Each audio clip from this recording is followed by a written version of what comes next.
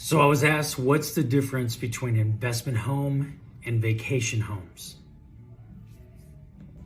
So great question. So there's three designations. There's primary home, where you're going to live every day. There's second home / vacation home. So I'm just going to call it vacation home because that could sound like, oh, that's my second home to buy.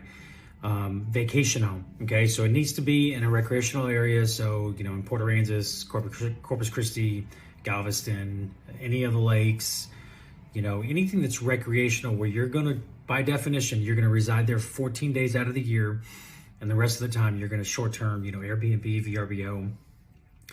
Or there's investment home, which is where you're going to lease it out 100% of the time. There's going to be a tenant in there. You're going to do a 12-month lease. You're going to collect rent, pay your mortgage, right? So the minimum down on a second home / vacation home, I'm just going to call it vacation home going forward, on a vacation home is 10% down. There is mortgage insurance that you pay on a monthly basis.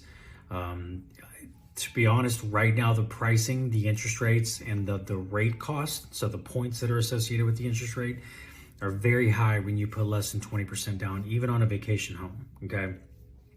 Perks, one of the benefits of second home, vacation home, is that your down payment can be a gift. So, mom, dad, your brother, uncle, they can gift you that 10% down to put down, okay?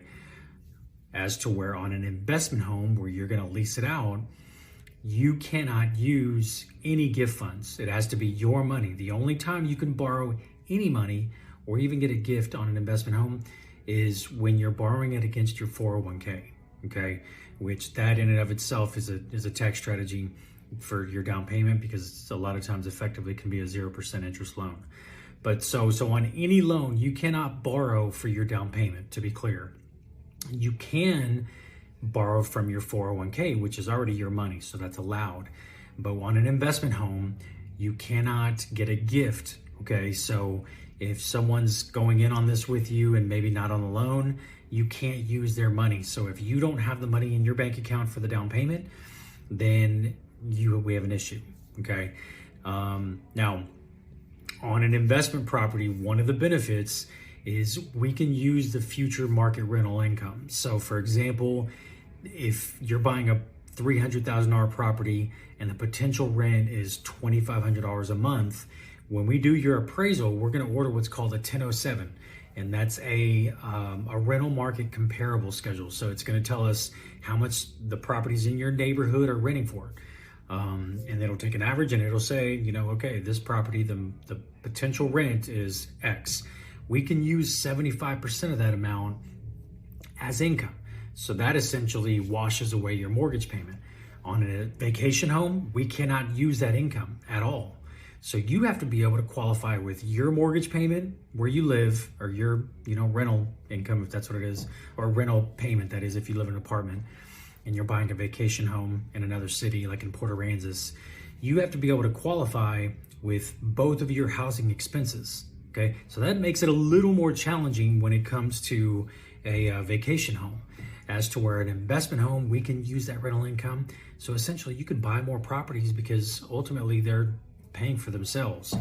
Now, after your first year of owning that property, we look at what's called your Schedule E, and we use a calculation of your rental income and how much you're depreciating, how much you're writing off, how much, taxes, insurance, one-time expenses. We go through an analysis. That's something that we do on our end. That's the main difference. Pros and cons. When someone comes to me and says, Freddie, I want to invest in property, those are usually the questions I say is, are you going to live there in any way for a few weeks out of the year? Yes, we're going to go and stay with the family. Boom. Then that could be a second home, which has a slightly better interest rate. Back a year, 2 years ago, the rates actually were better than an investment home. There's a bigger gap. So that two ways to buy properties is second home, investment home. Now, if you're interested, we also do have a phenomenal fix and flip program where you can buy a property, put your down payment, and then get in escrow the funds for repairs for your home. A phenomenal loan program. So if you are interested in building your real estate portfolio, maybe renovating a property, I have a loan option that, you know, would limit your down payment, your out-of-pocket expense. And as you build up your resume in flipping properties and you have more exits, it's what it's called, you know, more proof of sales, like buying and flipping, then you can put less down and get a better loan. So after 5, you're kind of in a different category, and that allows you to put anywhere from 5 to 10% down, get the renovation budget from the loan, do the work, sell the property, walk away. Or put it on a long-term loan and rent it out. That's what you want to do. Call me with any questions. Go to yourmortgageguyfreddy.com and schedule some time for us to sit and plan, put together a plan for you. Cheers.